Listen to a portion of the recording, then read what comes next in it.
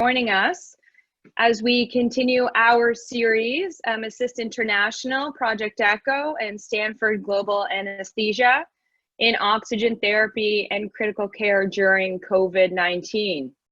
Today, we're going to be talking about considerations for triage. My name is Monica Kaner. I'm with Assist International, and I'm just going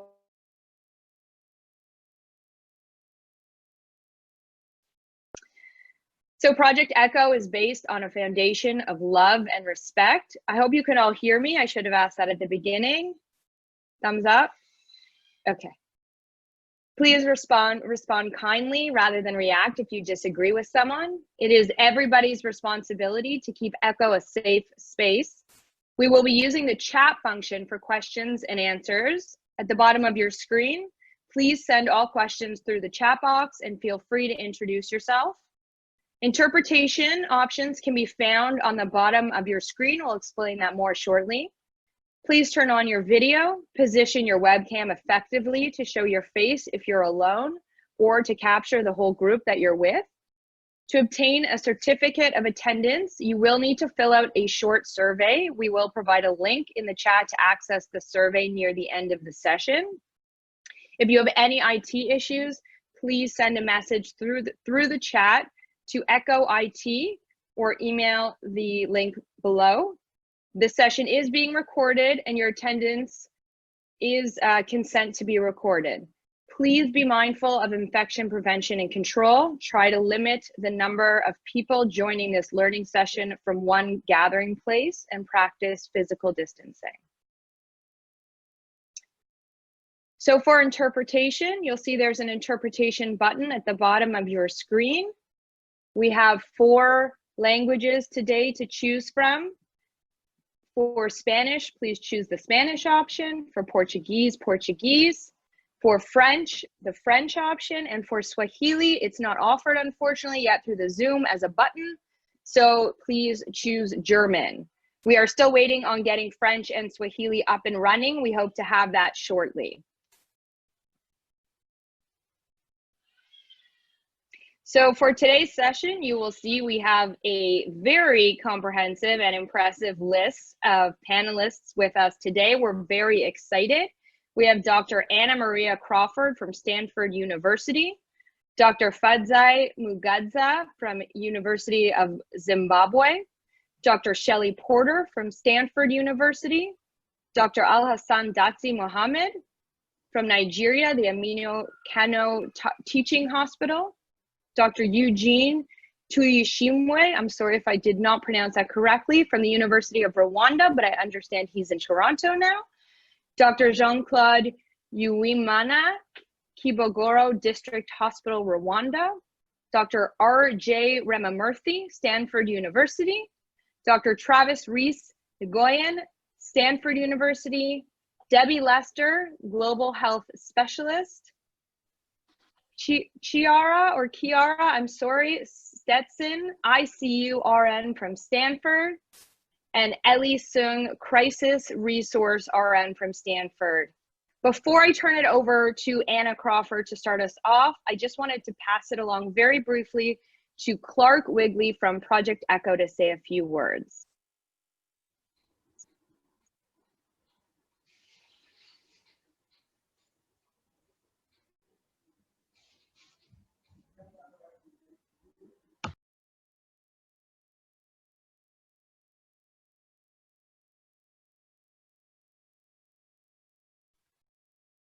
Sorry, ECHO India team, could you make Clark a co-host so he's able to unmute himself?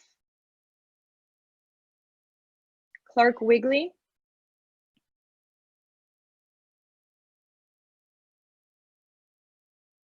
Good evening, good day to everybody. Thank you for unmuting me. I'm delighted to join this session and just say hi to everybody and excited for this new chapter in our partnership with Assist International and Stanford University. So I see my colleague, Dr. Bruce Strumminger, who's the Chief Medical Officer for ECHO in Africa. So I'll pass it to Bruce. You guys need to unmute Bruce so he can say a word too. Thank you. Thank you, Clark, and thanks, Monica and to Assist International and the team at Stanford, and to our colleagues in India with Echo India. Assist and Stanford have been producing echo programs addressing the COVID-19 pandemic for the last couple of months. And over the last month or so, we came together to coordinate a next phase of this oxygen therapy series. And we are just thrilled to be partnering with Assist and Stanford, and to be collaborating as well with our colleagues in India to help keep this series going. So most important, we're really appreciating there are over 100 people from all over Africa and the world joining today. And thank you for taking your time to learn with us. Thanks, Monica. And thank you, Anna.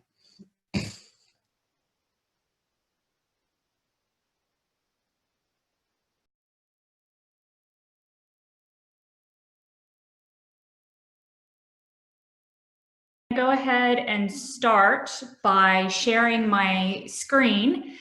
There are several people who have signed up for the free open access Learning Resource Center online.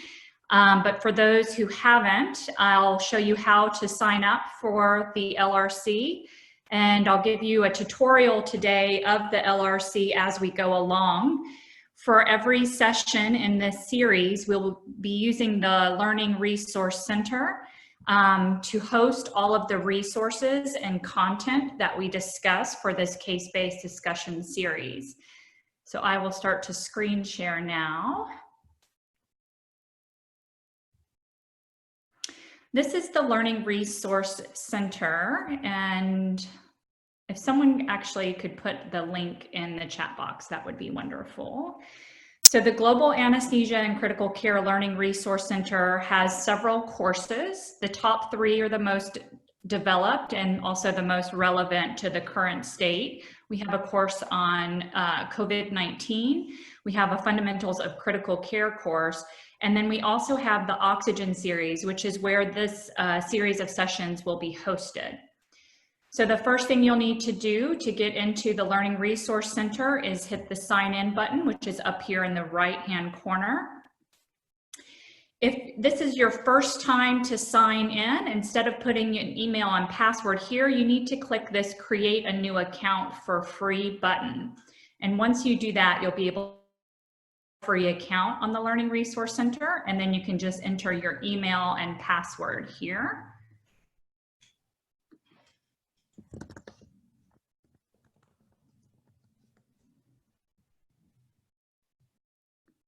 Okay, and this is the front page once you log in to the Learning Resource Center.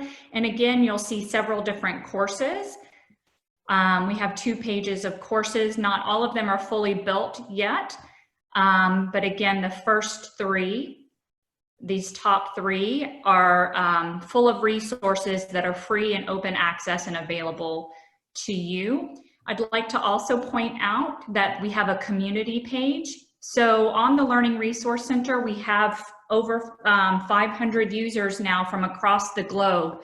So if ever you have a question or want to discuss any of the content on the Learning Resource Center, or have any questions from our sessions, you can actually type in your question here, and then it sends that question to the entire community, so you can get responses to your question any time of the day from all over.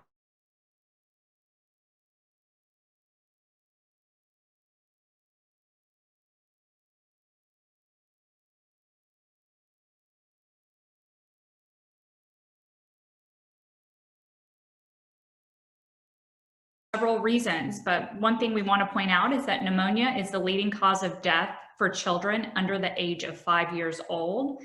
A severe acute respiratory infections and ARDS. Oxygen is the first therapy for patients with SARI and ARDS. Hypoxemia increases the risk of death, but is easily detected using pulse oximetry. So we'll review pulse oximetry in this series. And then pulse oximeters and oxygen therapies can decrease patient deaths by 1/3 when used appropriately. So we'll go ahead and click on this first section and go into the Learning Resource Center disclaimer. Before we listen to this 1-minute disclaimer, I just want to show you around the Learning Resource Center. You'll see on the left here, this column. This is a navigation column. So you can see we're in this first section and there are 2 elements within this first module. So you can move through the course by clicking on these things on the left to get through all these different learning elements. Or you can use the previous button and next button here. You can also open and close this left panel by clicking this double arrow to close it and clicking the double arrow to open it again. So we'll go ahead and close that panel and we'll listen to this 1-minute video. The following learning modules are intended to promote the exchange of knowledge and experiences of healthcare providers. Learning modules are in no way intended to substitute the clinical judgment and independent decision-making of qualified healthcare professionals. Viewers of this material are fully responsible for their own clinical decision-making. Creators of these materials are in no way liable for any claim, loss, or damage resulting from information used in this Learning Resource Center or during discussions. Creators and administrators of the Learning Resource Center make every attempt to provide up-to-date and accurate information. However, information changes rapidly. Creators and authors cannot claim responsibility for inaccurate information. Individual healthcare providers are responsible for adapting information to fit availability of resources and standards of care in their own institutions. Okay, so we'll go to the next element by using this next button here.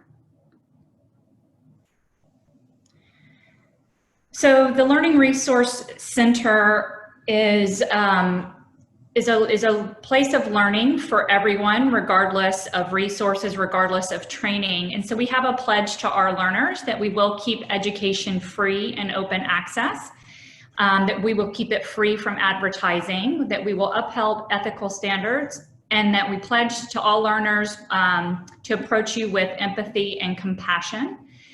The creators of this series include myself, and I do not have any business or financial disclosures to make. And then, as you know, our wonderful partners, both Assist International and Project Echo. So the Learning Resource Center is for learners, but it's also for educators. If you are an educator and you would like to cascade these learnings to your local networks, you want to teach this to other people in your facility or in your area, we do have a facilitator's manual that will explain some of the learning theory, but also give you step-by-step instructions on how to lead learners through these materials. So these materials, again, are always available and always open access. So this is a facilitator's manual that gives you a guide on how to run these sessions.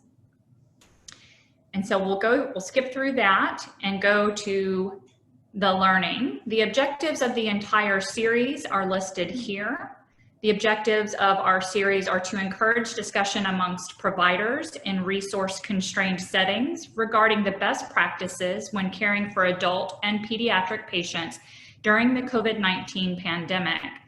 We also want to facilitate patient care that is critical, even when outside of an ICU or when an ICU is not available. And we also want to provide clinical tools that lead to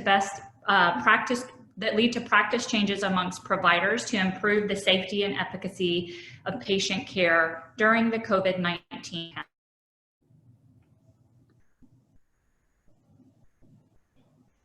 Okay, so we are going to start our case discussions.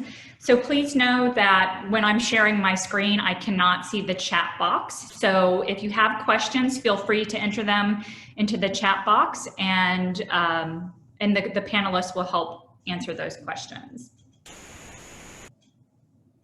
So we have, instead of learning objectives, we have what are called practice change objectives, because we feel that being present and learning the materials and being able to take a test does not improve patient outcomes. But if we provide tools and have discussions around unique solutions, especially when resources are limited, that we can actually affect the practice change of providers, hopefully to improve patient outcomes. So the practice change objectives for this series include healthcare providers following recommended PPE guidelines. Healthcare providers are trained in the safe don and doff sequences for PPE. Patients with potentially contagious infections are isolated early. Screening methods for SARS-CoV-2 are in place.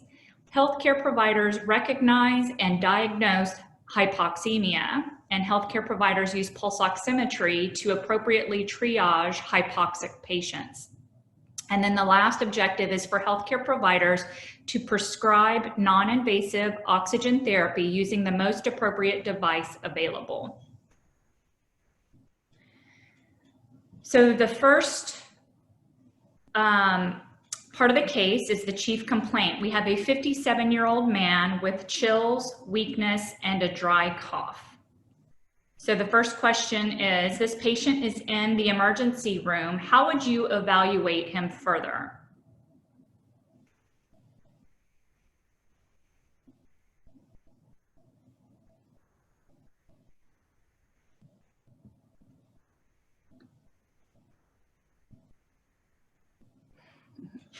So I'm going to go to the chat box and see if you have an answer to the question. Go ahead and put it in the chat box. So when you have a patient who presents, what's the first thing you do to evaluate the patient?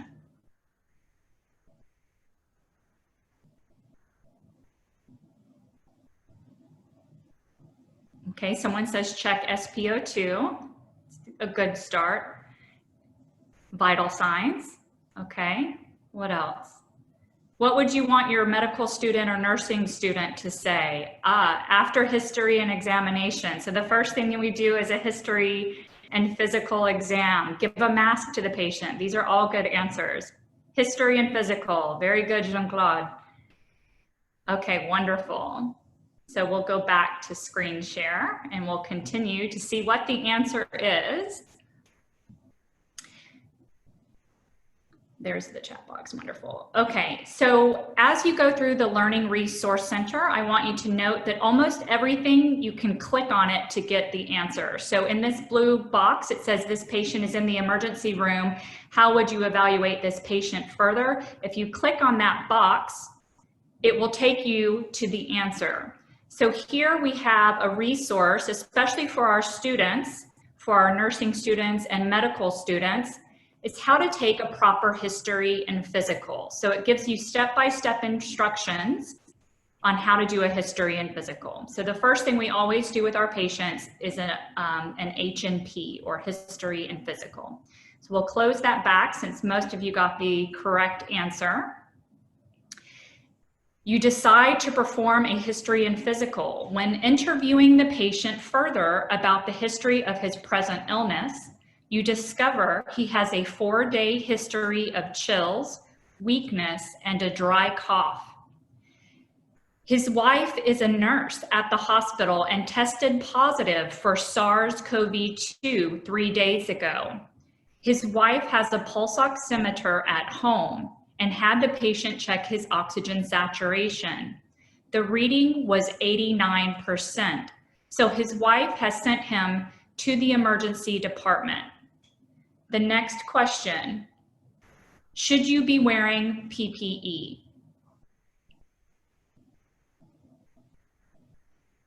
Praveen says yes, yes.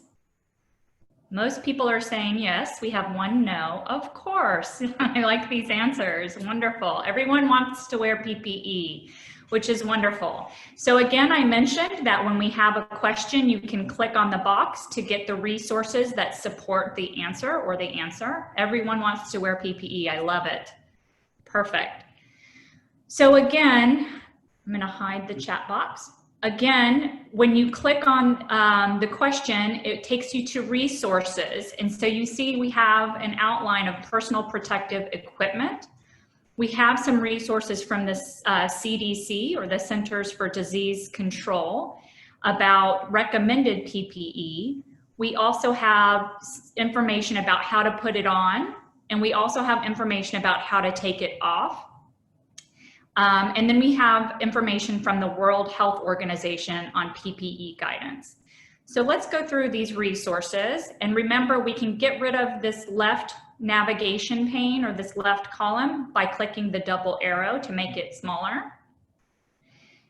So we want to wear PPE, everybody agrees with that. So how do we decide what PPE is necessary? So we can click on this first resource from the CDC, and it says who needs PPE. The patients with confirmed or possible SARS-CoV-2 infection should wear a face mask when being evaluated medically.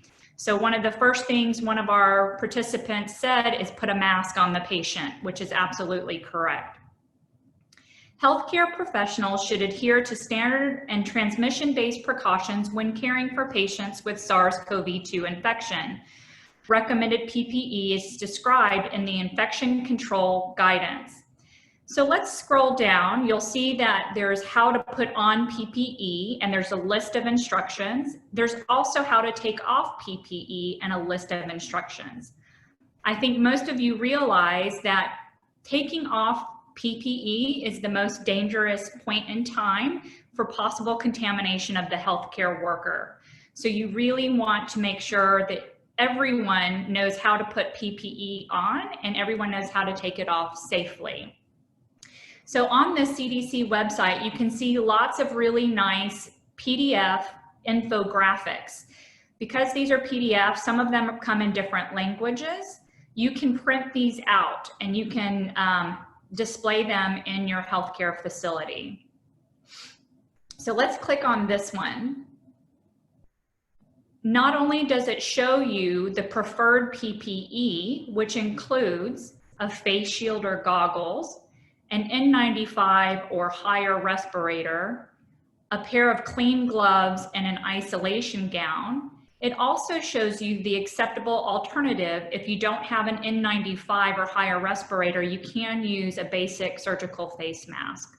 So this is the recommended PPE, but also there's instructions for the safe donning and doffing of PPE. So printing this infographic out and hanging it in patient care areas is one way you can improve the safety of all healthcare providers.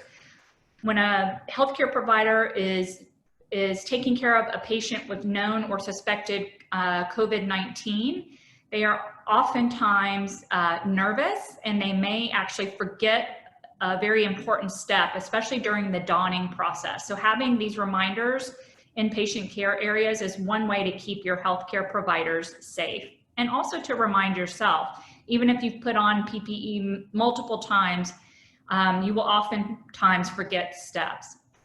There are other infographics about how to put on your face mask and wear it properly. As you know, oftentimes you will see people wearing their face mask with their nose hanging out, or the straps hanging down, or they'll put it on their head, or they'll put it around their neck or their elbow. All of those things are incorrect and increase the chances of contaminating the healthcare provider. So this is another reminder for healthcare providers that if you find it's helpful, you can print it out and also hang it in patient care areas. Okay. There are two videos here that you can use to educate providers. One shows you how to safely put on PPE, and if you scroll to the next one, it's how to take PPE off in a safe manner without contaminating yourself. So using these videos, using these infographics, hanging them in patient care areas are all ways that you can change your practice to increase safety for healthcare providers. Okay, let's go back to the case. So everyone agrees that we should be wearing PPE. Notice next that we have practice change action items. Again, we're steering away from learning objectives, and we want people to be able to feel empowered to change their practice to improve patient outcomes and keep healthcare providers safe. So create training sessions for all providers in the safe donning and doffing sequences. Print PPE infographics and display in relevant patient care areas, and then place PPE checklists on doors of PUI or COVID positive patient rooms.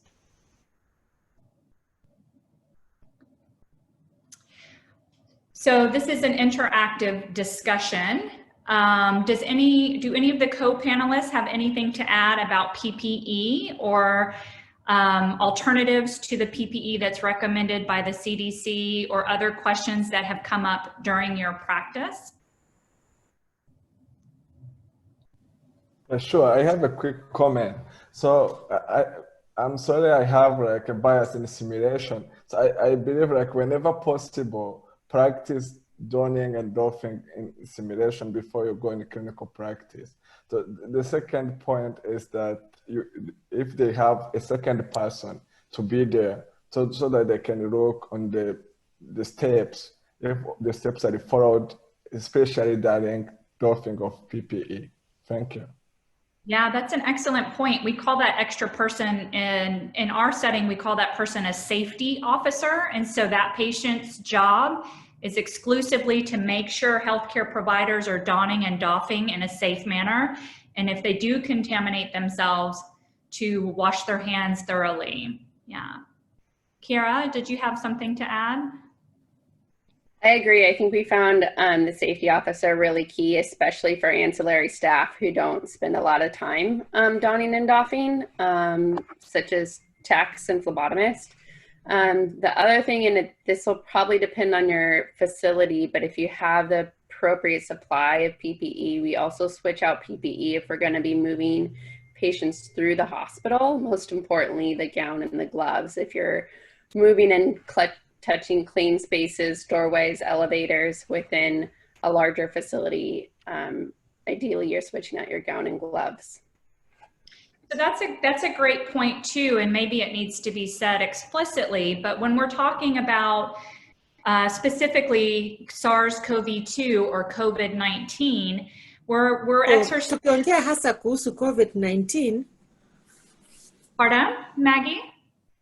I'm translating this, I'm interpreting the same term simultaneously. Oh, is it possible for you to mute? Thank you. So the thing that needs to maybe be said explicitly is for SARS-CoV-2 or COVID-19, we need to exercise contact, droplet, and airborne precautions, so that if you're moving a patient who's possibly infected from one area of the hospital to the other area of the hospital, that anything you touch, you could potentially contaminate. So wiping down surfaces during those workflows is very important as well, to avoid contaminating the environment as well as other healthcare providers. Wonderful. Anything else to add about PPE before we move on? Any other learning points?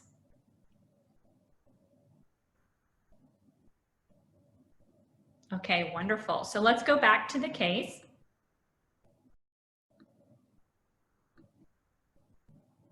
So how would you triage and isolate this patient? You can type in the chat box. How would you triage and isolate this patient?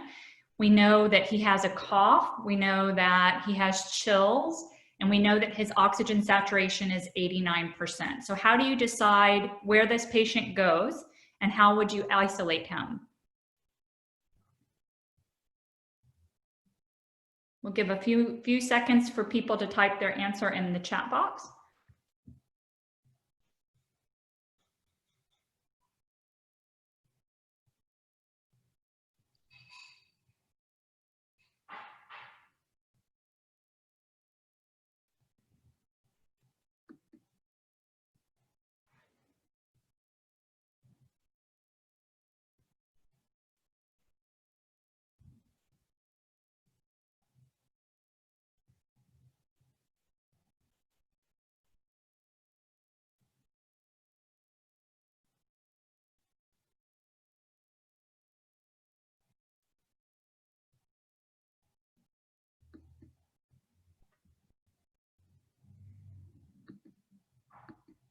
Okay, wonderful. So people are starting to realize that he may need oxygen, he may need to be admitted to the hospital. Great. Okay, so let's click on the box for the answer. It's going to take us back to the CDC, or the Centers for Disease Control website. And this page has a lot of information, but one of the key things is to recognize that screening processes and triage need to be in place for any facility. So someone's mentioning isolation, which is also great. So some places have implemented telehealth, which means that when patients are ill, they can call in to a phone number and speak to a nurse, and the nurse directs the triage protocol. During these strategies, the nurse has a series of questions that he or she will ask the patient, and based on the answers to those questions, it will determine where the patient should go. Some patients with mild illness who are not hypoxemic can be managed at home. Others need to report back to their physician in 24, 48 hours for a check. And yet other patients, such as our patient in this case, need to be admitted to the hospital for oxygen therapy. So these triage protocols are really great, and this website will give you the phone transcript that your nurses can use. And for each answer, it gives you an algorithm of where that patient should go. So if you go through the transcript and you scroll down to the bottom, you'll see an algorithm of the phone call that the nurse can then determine, if one answer is given or the next, how the patient should be managed. So you can see here dispositions. They need to go to the emergency department. They can call back in 24 hours. If it's a healthcare provider, they need to go to occupational health. If it's in a retirement home or a long-term care facility, how to manage that, or whether the patient can stay at home and call if they get worse. So this will really help triage patients before they get to the hospital, because once they're at the hospital, if they are infectious, they could potentially infect other people, including healthcare workers. So very important. The other thing this page offers is visual alerts and posters. Again, you can print these out. What the symptoms of COVID-19 or SARS-CoV-2, what those symptoms are, so that if they have those symptoms, they know that they need to socially distance and they need to wear a mask. Okay, so if any of these infographics are helpful, you can print them out from this page and hang them in your healthcare facility. Okay, and the rest of it says physical distancing, and then healthcare providers should be wearing PPE. So some of the other important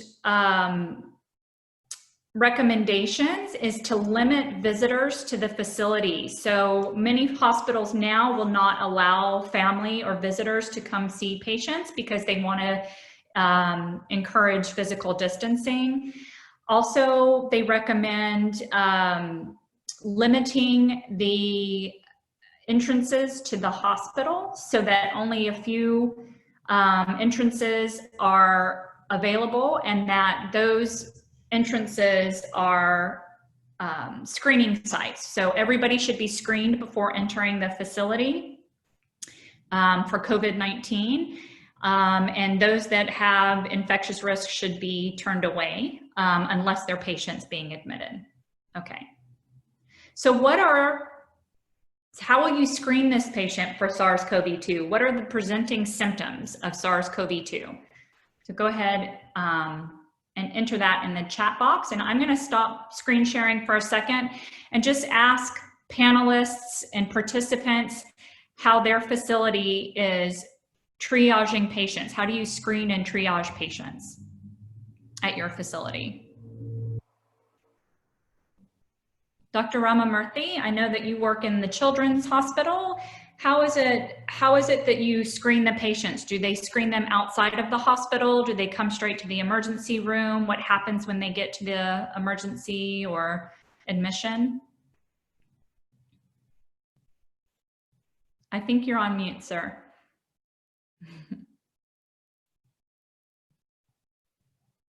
Perfect. Looks good. Yeah. Well, thanks to your teaching and everything, I think both the children's side and adult side, they pretty much follow the standard way of using the PPEs and donning doffings.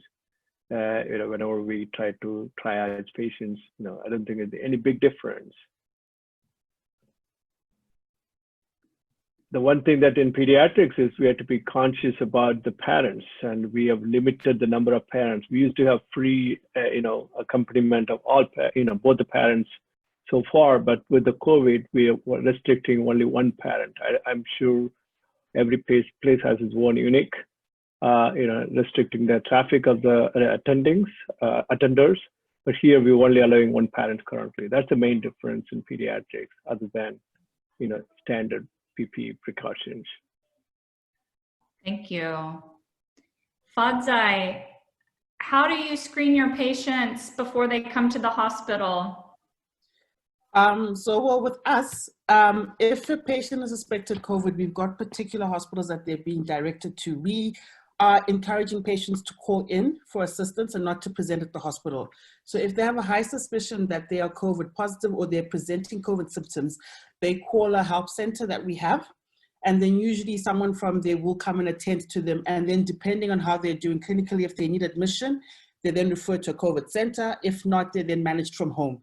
And because of resource limitation as well, we've had incidences where a patient requires admission, but unfortunately there are no available beds. So usually we have interim ways to manage them in terms of an oxygen concentrator being provided at home until a bed is available. In the other hospitals, we are screening all patients as they come in outside the hospital. If you come to Zimbabwe now, there's a screening tent or a screening, a certain area has been allocated for screening. The healthcare workers that are there are in full PPE, and they screen everyone as they come in. And like he mentioned with the pediatric hospital, for us, even with the adult hospitals, we are discouraging relatives to come with you. So you either come in by yourself, or if you are unable to, with one person to accompany you. Everyone gets screened at the door and is only allowed in thereafter. Thank you. So Dr. Fadzai is in the University of Zimbabwe. Jean-Claude, you're in a district hospital in Rwanda. Can you tell us how your hospital is handling triage? Where is Jean-Claude? Maybe he's not on the call anymore, or he is muted.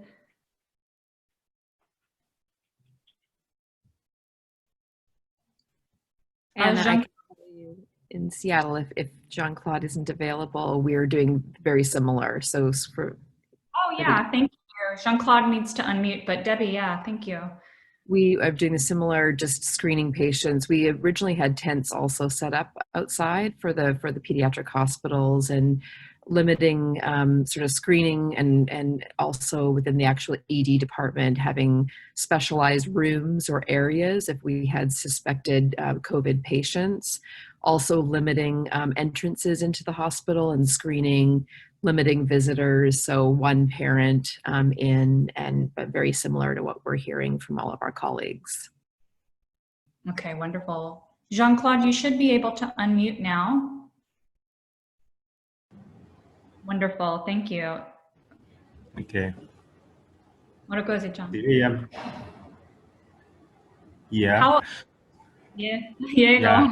Yeah, okay. So in our hospital, we have a screening area at the entrance of the hospital where we took temperature, and for patients that are suspected to be COVID-19, there is an isolation area where we kept them, and we wait for the results, and after the results we can know whether they can still in that area, or they can move to a treatment center, because we have a treatment center nearby, and with that we are able to manage and to deal with COVID-19 patients. Okay. So it sounds like, so I'm going to go back to the case and screen share again, but it sounds like different facilities have different methods. It sounds like in both Zimbabwe and Rwanda, they have separate treatment centers for COVID patients. That's not always the case. Sometimes it's just a different treatment area within the hospital. So it depends on the facility on how that is managed.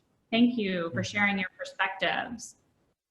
Okay, so practice change action items, establish screening stations, ideally outside of your facility, identify screening personnel and questions, use a screening checklist, screen everyone, which includes both workers and employees, as well as patients and families, use a telephone appointment and algorithm for triage when possible, limit the entrance points to the facility, post visual alerts at entrance points, triage high risk and symptomatic patients to areas of isolation. Again, this can be within the hospital or it can be a separate treatment center.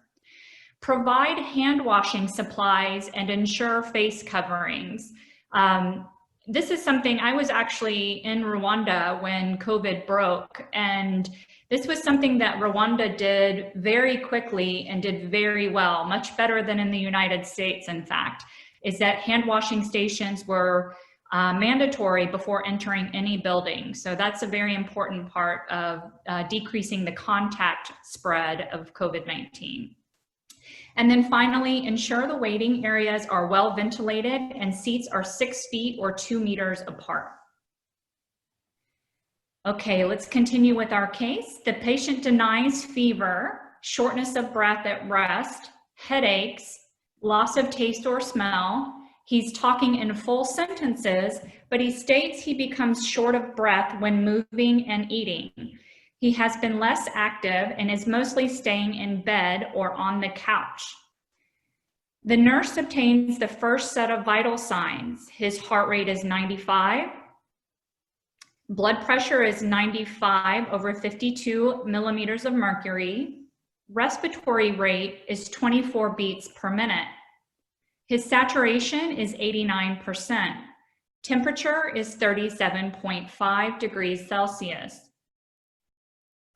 What is hypoxemia? What is hypoxia? And what is the difference? Again, this is a question for the participants. What is hypoxia? What is hypoxemia? And what is the difference? And why is it important? So we can use our chat box.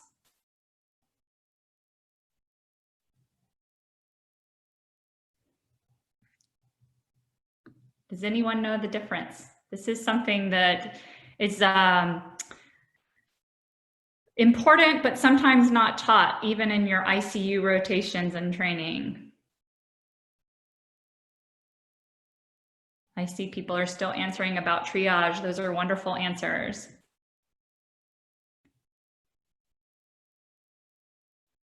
Jean-Claude, very good.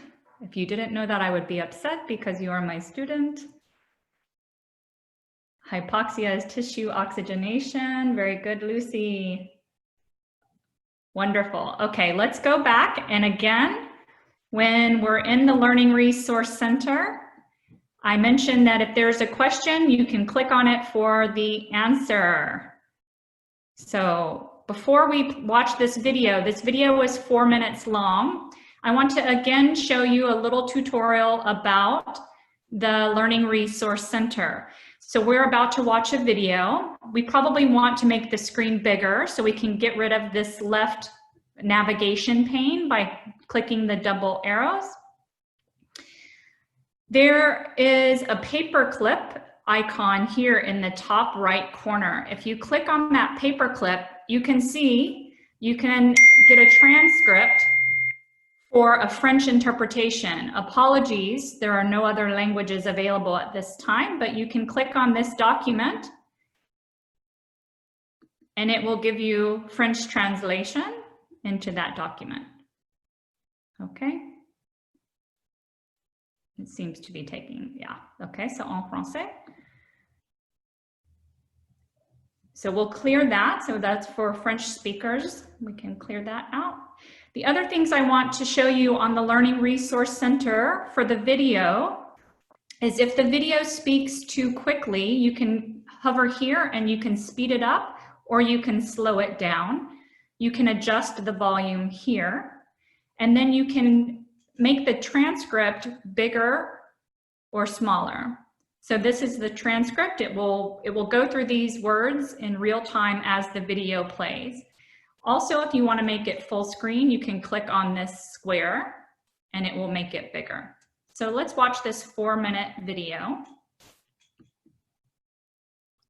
Diagnosing and treating hypoxemia requires providers understand its definition and how to detect hypoxemia using pulse oximetry or arterial blood gas analysis. When we breathe, we pull air into our lungs. Room air contains 21% oxygen. When oxygen enters our lungs, it travels to the alveoli, where it diffuses from the alveoli into the pulmonary capillaries. Oxygen then either binds to hemoglobin within the red blood cells or diffuses into the plasma. This is called oxygenation. Insufficient oxygenation is called hypoxemia. The rate at which oxygen is delivered to the cells and tissues of the body is known as oxygen delivery. Inadequate delivery of oxygen to the cells, tissues, and organs of the body is known as hypoxia. Okay, so we are only going to watch the first 2 minutes of this video because we found our answers. So the difference between hypoxia and hypoxemia. Hypoxemia is low levels of oxygen in the blood, and hypoxia is low oxygen delivered to the tissues. So there's a difference between what you can detect with a pulse oximeter, which is hypoxemia. You can detect low levels of oxygen in the blood, but it doesn't tell you what the level of oxygen delivery is to the cells and tissues. So oftentimes when we say what the patient is hypoxic, we diagnose that either clinically with arterial blood gases or with pulse oximetry. It tells us the levels of oxygen in the blood are low, but it does not tell us how much oxygen the cells and tissues are seeing. So that's important because definitions of hypoxemia sometimes will vary depending on which reference you use. Okay, so let's go back. And we're going to go to the next element. So again, what is hypoxemia? What is hypoxia? What is the difference? You can click here to watch that video and that discussion. So what are the common causes of hypoxemia in adults and children? Type it in the chat box. What do you think the common causes of hypoxemia are? Obviously, we're talking about COVID a lot these days, so COVID-19 can cause hypoxemia. What else?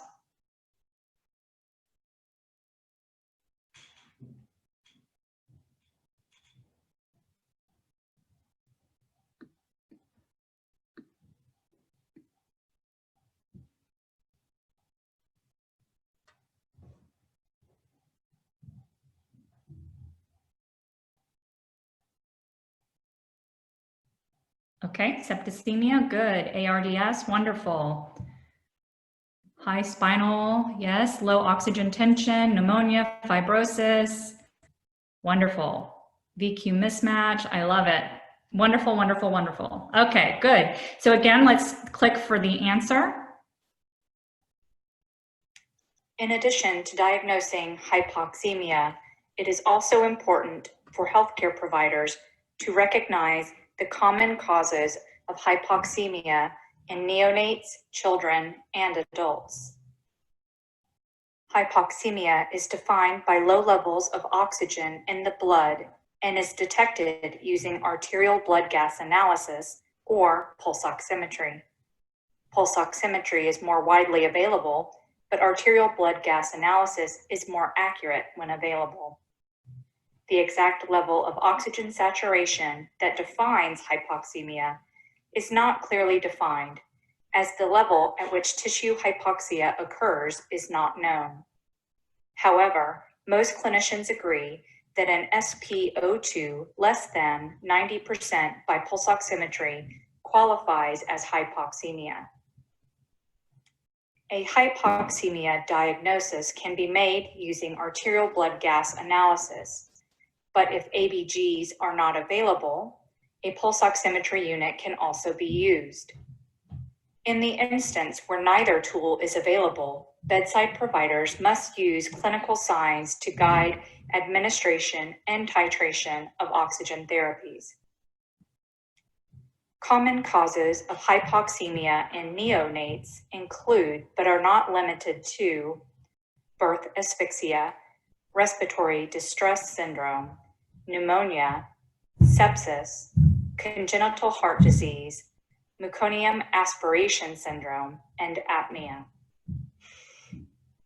Common causes of hypoxemia in children include, but are not limited to, acute lower respiratory infections such as pneumonia or bronchiolitis, asthma, meningitis, sepsis, congenital heart disease, perioperative complications, malaria, and trauma.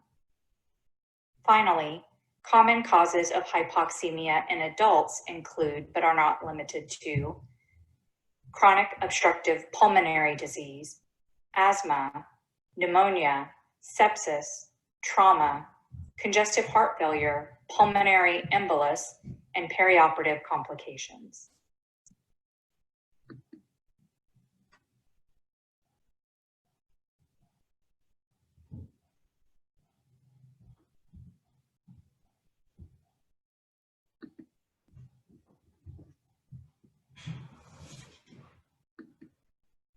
Okay, wonderful. So do any of the panelists want to add anything about the causes of hypoxemia?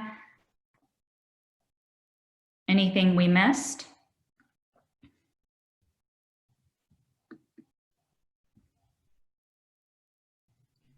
And I was just going to add, just for our clinicians, just for the early newborn period right after birth, that it is common to see those low levels of oxygen. So either by oxygen saturation in a newborn, or if you have the ability to measure the arterial blood gases, and that should be going up, as the baby's, in the minutes and hours after the baby's born, but that can be common. And also when they are cold stressed, it's very hard to pick up an accurate SpO2 saturation reading as well. So there's some other factors that can affect your ability to sort of clinically diagnose, that just sort of keep that in mind.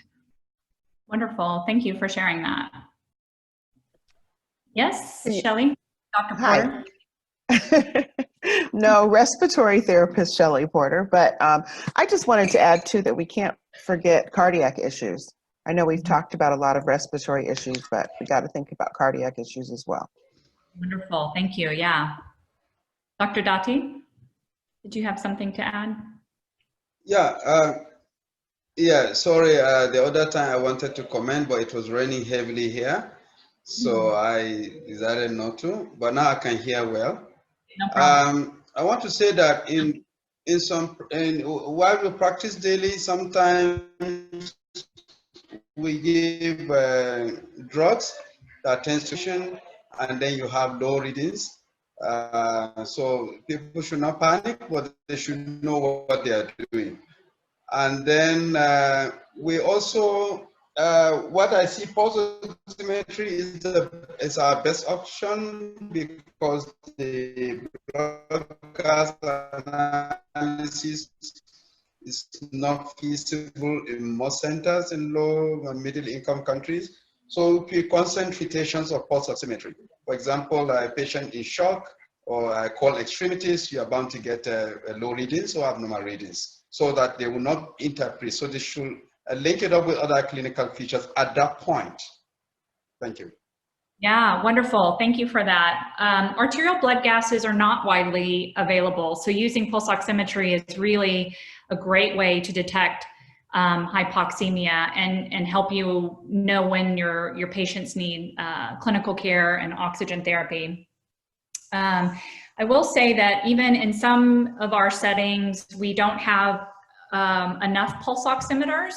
And so recognizing the clinical signs and symptoms of hypoxemia is also very, very important. And those signs and symptoms may look different in adult patients versus pediatric patients. So excellent points. Thank you. Okay, let's continue on. I do want to show you one other thing about hypoxemia. So there's a big picture of lungs here. If you click on the lungs, it will take you to a really nice algorithm that we found about hypoxemia. And it divides the causes of hypoxemia into 4 separate groups. One is that there's not enough oxygen in the alveoli. So there's not enough oxygen coming into the lungs. And that can happen in 2 ways. One is hypoventilation, which is what Dr. Dati was just mentioning, because you can have medications or other problems with breathing that decrease ventilation. And so you can actually have hypoventilation leading to hypoxemia. You can also have low oxygen concentration in the air that is being breathed in. And this happens, for example, at high altitude.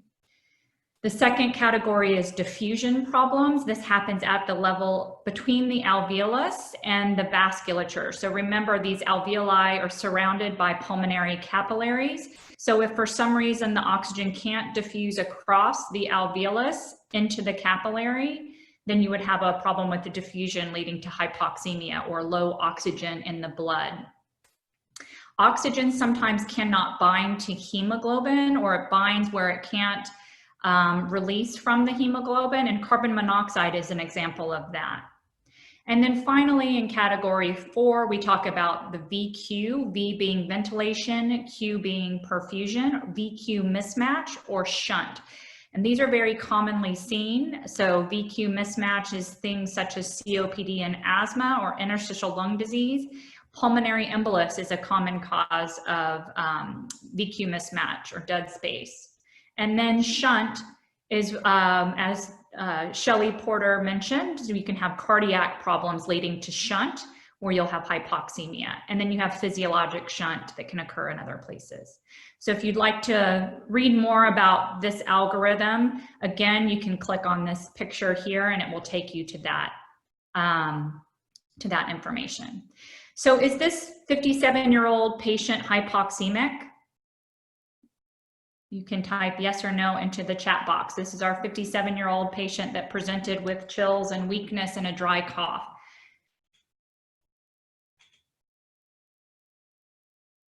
Everyone says yes, he is hypoxemic. Wonderful.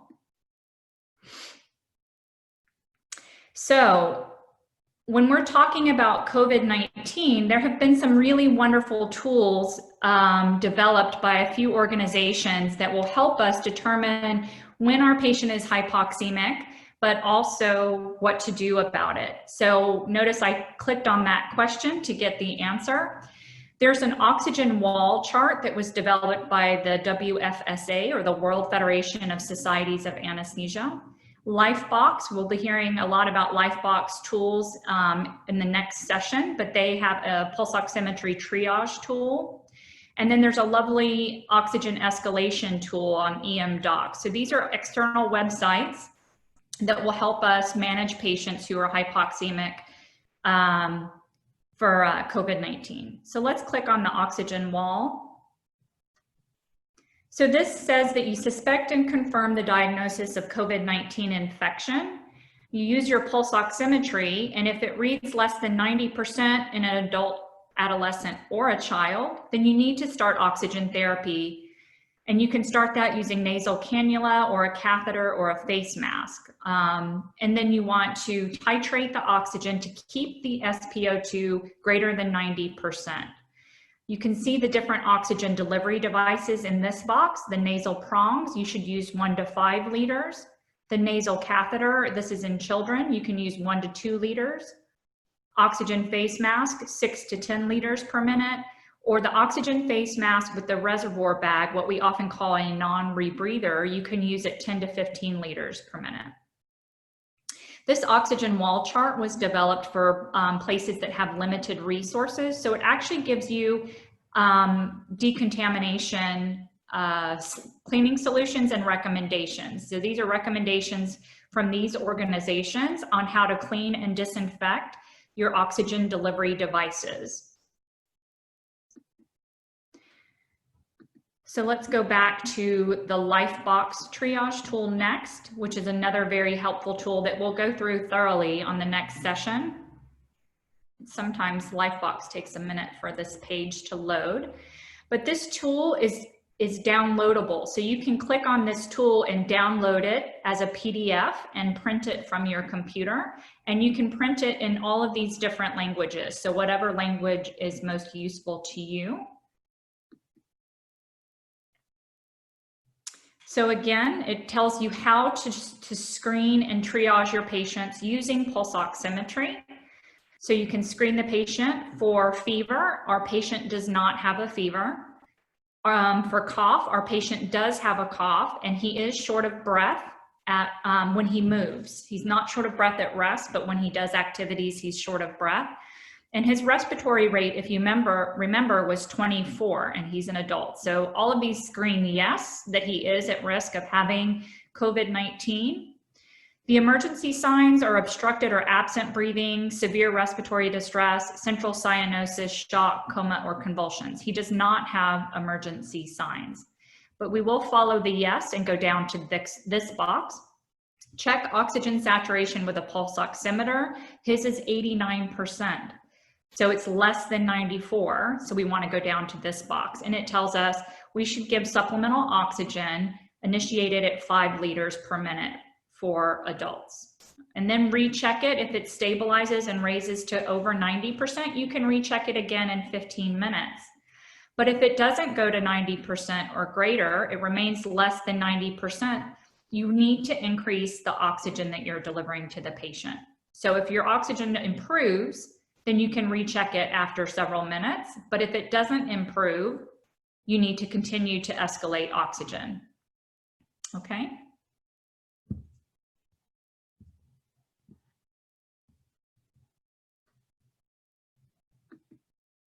What questions do you have about screening with pulse oximetry and escalating oxygen care? You can type this in the chat box. And do the panelists have anything additional to add about pulse oximetry and screening and what levels would determine hypoxemia?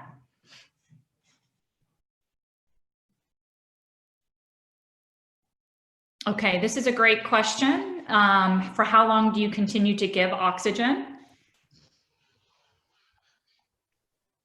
Kiara, do you mind just unmuting for your comment? Sure. I was just going to mention with the escalation of oxygen delivery devices, just a reminder that if you're working with that patient in an ER or within a room with other providers or transporting that patient, just make sure they have a procedure mask, if you have that option at your facility, over an oxygen delivery device, to include a non-rebreather mask. So to just try and contain the contamination as much as possible. Yeah. So Savine asks a really great question, and it's a very common question. It's one of our frequently asked questions, which is for how long do you give oxygen? And this is a really excellent clinical question because we have to deliver oxygen for the patient, but we also need to make sure that our resources are available for all patients that may need oxygen. So we deliver oxygen to keep the patient's SpO2 greater than 90%. Now, Shelley brings up a good point that in COPD, sometimes their oxygen levels are lower, so we may target greater than 88% or 89%. But in most patients, we would like to target an SpO2 greater than 90%. If the patient's SpO2 continues to increase, from 90% to 94%, what will we do? We have a patient on 5 liters nasal cannula oxygen and the SpO2 is 94%. Will you continue to give oxygen?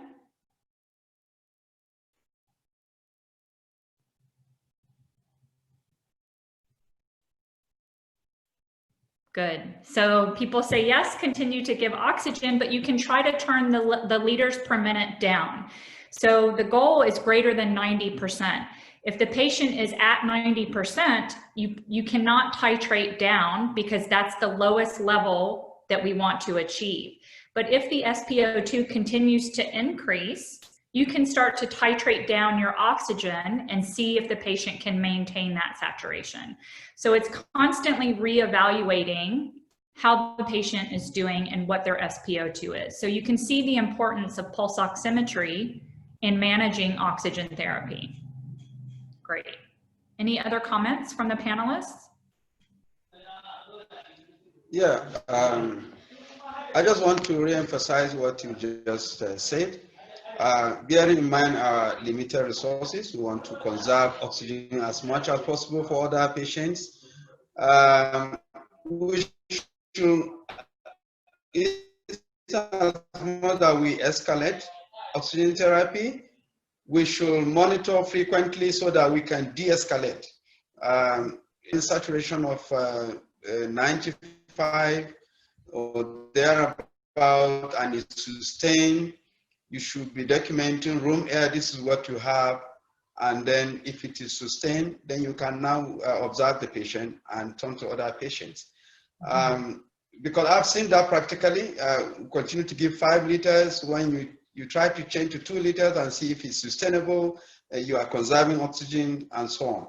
So, and then the other key point, the pulse oximetry you're using to monitor your management or adequacy of whatever input you're making, choosing the device is very important. Because where you have a patient that nasal cannula is not adequate, the patient is mouth breathing and so on, then that will not help you at all. So you're going to be getting a different result. Thank you. Thank you, Dr. Dati. So when you look at the Lifebox triage tool, it actually says that if the patient is stable, you recheck in 15 minutes, you recheck in 15 minutes, you recheck in 15 minutes.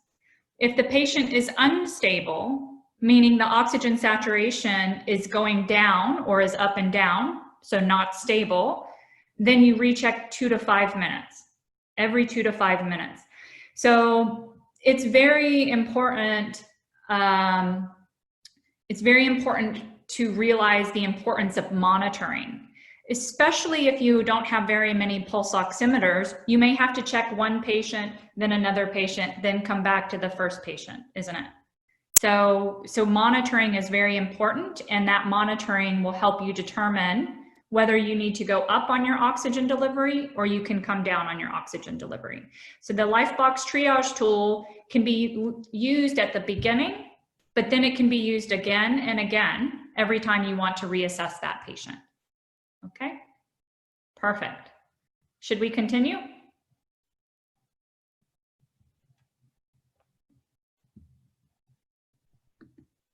Hello, Bona. I see you. Okay, so this was our patient. We said, yes, he's hypoxemic. And here are some practice change action items. You can print and download the oxygen wall chart. You can print and download the Lifebox triage tool. So Savine, as you have these questions, you can use that Lifebox triage tool again. So you can print it and put it in your patient care area so that when people have the same question, you can show them on the triage tool how to use the oxygen and pulse oximetry. You can post both of these, the wall chart and the triage tool, in patient care areas, such as the emergency department, the wards, and the ICU if available. And then you want to assign an equipment manager to process all the contaminated reuse items, okay? So if we said this patient is hypoxic, and we click on that, remember we have the oxygen wall chart, and we also have the Lifebox triage tool. Notice there's a paper clip again on this page up here. If you click on that paper clip, you can download and print the wall oxygen chart or the Lifebox triage tool. So these things are always available on this website for you. If you want to just show your colleagues the triage tool, or if you want to print it and hang it in the patient care areas, those are ways that you can change your practice to help patients and impact patient outcomes. So those things are always available. You recognize right away that this patient is hypoxic. The SpO2 was less than 90% on room air. While you continue your interview and physical exam, you decide to administer oxygen therapy. You are training a nursing student, and he asks, how much oxygen is being delivered to the patient, and why did you choose that oxygen delivery device? So this is a frequently asked question by our participants. Which oxygen delivery device do you use? And what flow in liters per minute of oxygen will you start? And once you do that, what fraction of inspired oxygen can be delivered with each oxygen delivery device?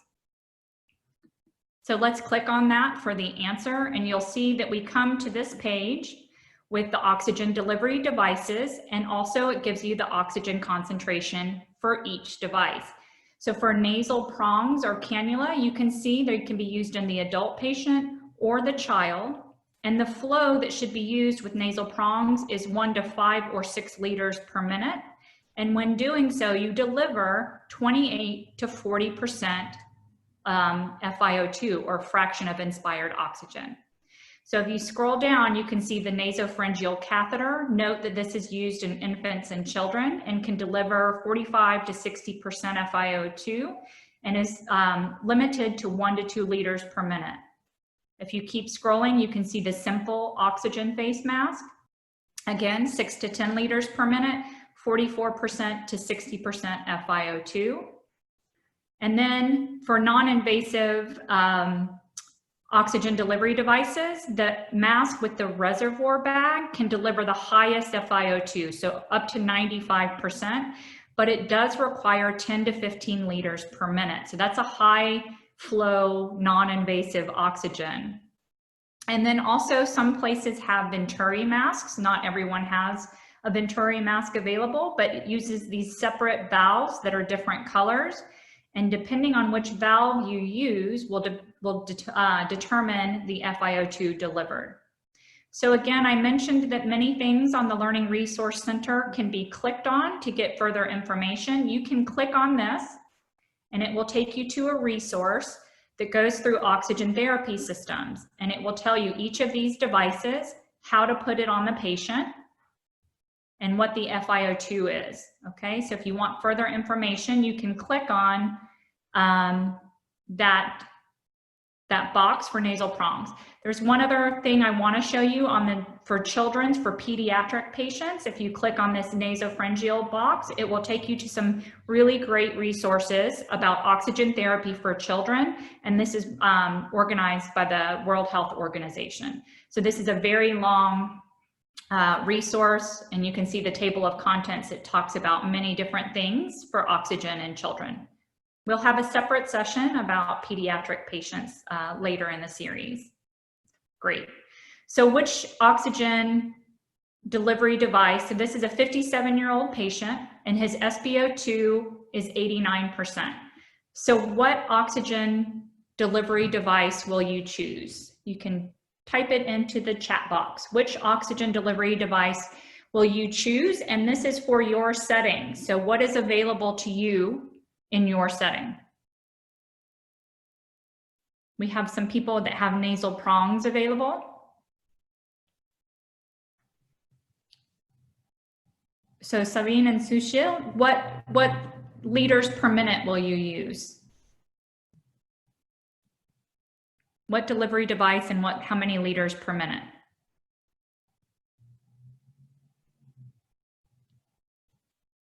Many people have nasal prongs, it appears, which is good.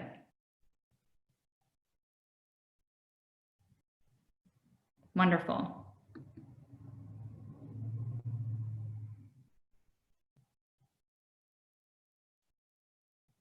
Okay, so nasal prongs, and you would use 5 liters per minute according to the Lifebox triage tool, which is great.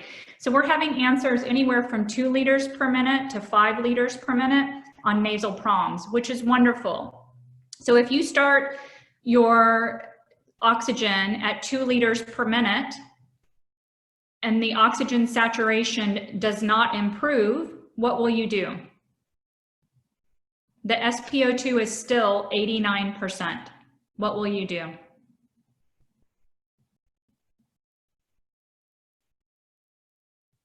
You can increase to 5 liters. You can switch to a simple mask. Wonderful. Let's say you switch to a simple mask at 6 liters per minute and the patient's SpO2 is now 90%. When will you recheck the SpO2?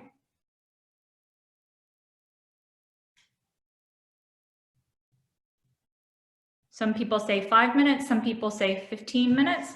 I think if you can tell that you check again in 2 to 5 minutes and the patient is stable, then you can check again in 15 minutes. But you want to make sure that your initial intervention stabilizes the patient. So the first thing to make sure is that your patient becomes stable, meaning they can maintain that SpO2. Okay, once the patient is stable, then you can go to 15 minutes. You can decrease the frequency of checks to 15 minutes. Good. Wonderful answers. Thank you for participating. Anything else to add from the panelists?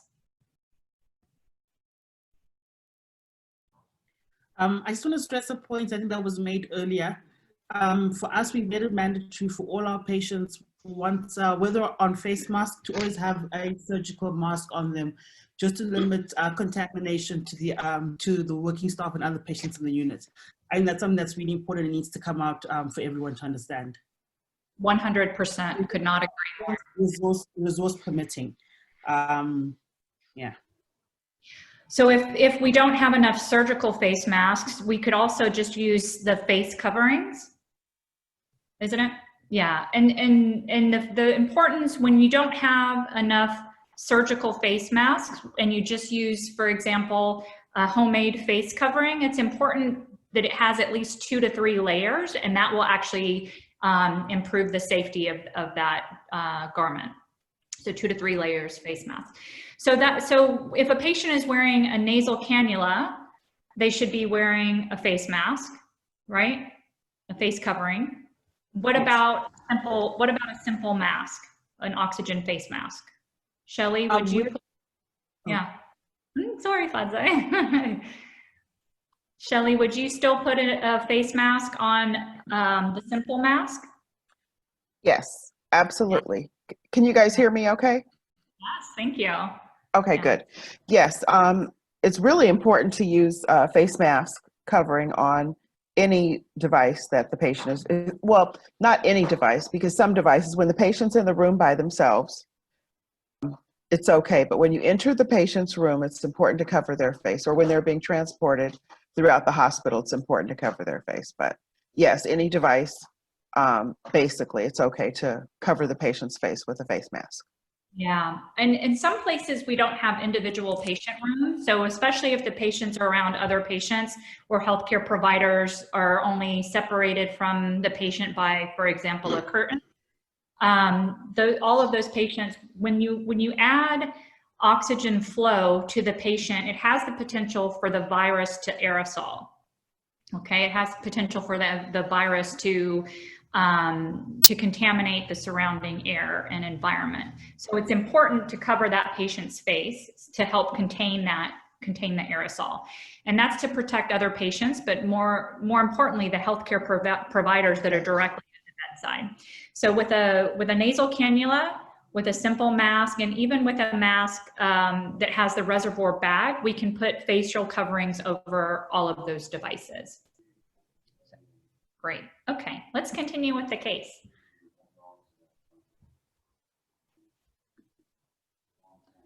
Okay. So you tell your nursing student that you are going to use the nasal prongs and that you're going to use 5 liters per minute. We have very limited equipment. Are there guidelines for reusing disposable equipment? Do you have guidelines at your facility for reusing disposable equipment? You can type it in the chat box. Yes, Cliff has some guidelines for reusing disposable equipment, which is great. Anyone else have reuse?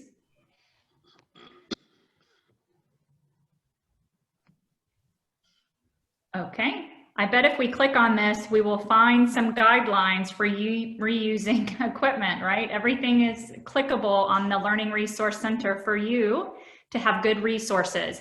There is a book on decontamination and reprocessing medical devices for healthcare facilities. Again, this is published by the World Health Organization. And so if you go through the table of contents, you can find lots of information about how to decontaminate medical equipment. Additionally, if you remember, so this is, if you click on the question, if you remember the oxygen chart, the wall oxygen chart also had recommendations for cleaning and reusing single-use equipment. Okay, this nursing student is very inquisitive. He asks, where does the oxygen come from? And do we have enough for all the patients? So we will discuss that in another session, but I want to review with you the practice change objectives that we set at the beginning of this session, that we want all healthcare providers to follow recommended PPE guidelines. We want all healthcare providers to be trained in the proper don and doff sequences for PPE. We want to isolate our patients that are potentially contagious, develop screening methods for SARS-CoV-2, recognize and diagnose hypoxemia, use pulse oximetry for triage, and prescribe oxygen therapy using the most appropriate device. So the topics that we discussed today was infection prevention and control, PPE, screening, triage, hypoxemia, pulse oximetry, oxygen therapy devices, and disinfecting single-use equipment. And I want to end this session with a nice quote from a colleague from Nigeria who says, don't do the easy thing, do the right thing. And I think those are very wise words because it may not be easy to develop all of these protocols, especially if they're not in place. But as healthcare providers, you are all champions for your patients. So it's good for you to recognize what needs to be done versus what is being done now and bridge those gaps. Change your practice to save patient lives. So, panelists, any things to add or any further questions? Because we're coming at the end of the 90-minute session. Anna, I just wanted to add, just with the decontamination of single-use pieces of equipment, one thing I have seen, just as a little tip, when you're not achieving the results that you want with a nasal cannula, is sometimes the internal piece of the prongs can become corroded on the inside. So for some organizations that or hospitals that don't have an abundance of nasal cannula and do need to reuse, it's just a good thing to just double check the integrity of the actual, because it's very hard to see. And we learned that a lot of patients, it was also burning out oxygen concentrators because they were kind of, the pressure was trying to get through these sort of obstructed cannula. So just a little tip for some of our practitioners out there. Wonderful. Thank you so much, Deb. So this session was all about triage. The next session will be more about using pulse oximetry and managing oxygen therapy for hypoxic patients. One common question we get from participants is to get the slides. Can we have the slides so that we can teach other people? We want to equip you to be champions for your networks and to be teachers for your networks. We would love for you to cascade this learning to anybody who could benefit.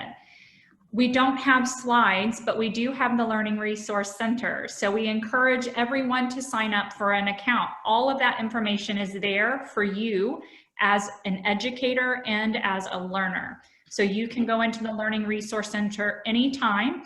It works on a computer, it works on a tablet, it works on a phone. So you can be on rounds with your students going through the LRC on your phone. It will work on iOS or Android devices. So the Learning Resource Center is for you as either a learner or as an instructor. So feel free to use it anytime, any way that you think it will benefit others. Any more questions? Thank you all so much for participating. Yes, Dr. Dati. Dr. Dati is my Nigeria. Yeah, I just want to add on the use of the simple surgical mask. There's a proper way to wear it. I understand one part is the filter, then one part is light colored, and like this one I'm holding the light part where there's a filter. So you put it on the patient, so you don't want the patient to aerosolize. So you get the best protection. Because if you wear it this way, you're virtually doing nothing. The mask, the light part is the light colored part is the filter, where the filter is. So it prevents the patient from aerosolizing to the environment. So as you put the mask. So I just want people to remember this. Thank you. Yeah, Dr. Dati, that reminds me of another point, that when we wear simple surgical face masks, or when we wear our face coverings that we make at home, those masks are protecting others. They're not necessarily to protect us. So those masks are very important, and it's a sign of respect to others that you want to protect them. So wearing a mask is protecting other people. So it's very important to protect your community. And so even when the patients come into the hospital, that's why we put the mask on the patient, is to protect the rest of the people in the hospital. So it's important that you wear your mask correctly. It's important that you cover your nose and your mouth. Masks and social distancing really make a big difference. You know, Shelley Porter and Kiara just came back from a Native American reservation here in the United States. And for those of you who don't know, the Native American reservations are very different from the rest of the United States. They don't have the same resources that many other places have.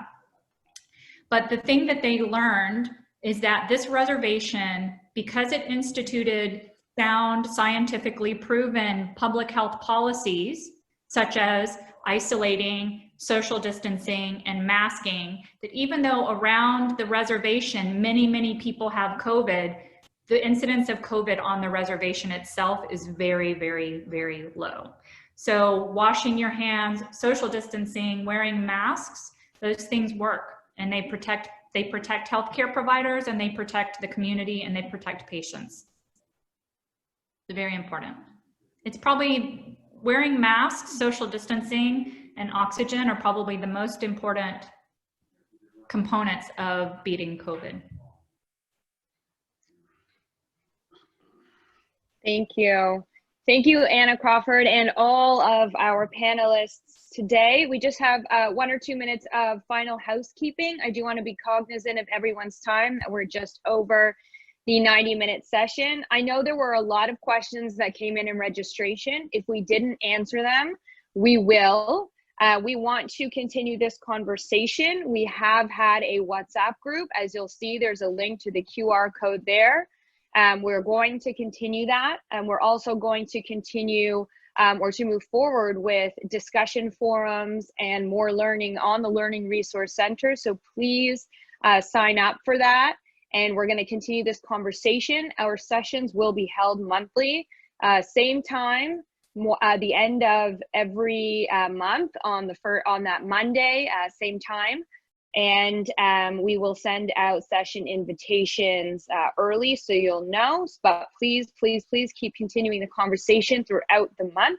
In order to obtain a certificate of attendance, you will need to fill out a short survey. My colleague Alana has put a link to the English and the French and Swahili versions currently in the chat box. Please take a look.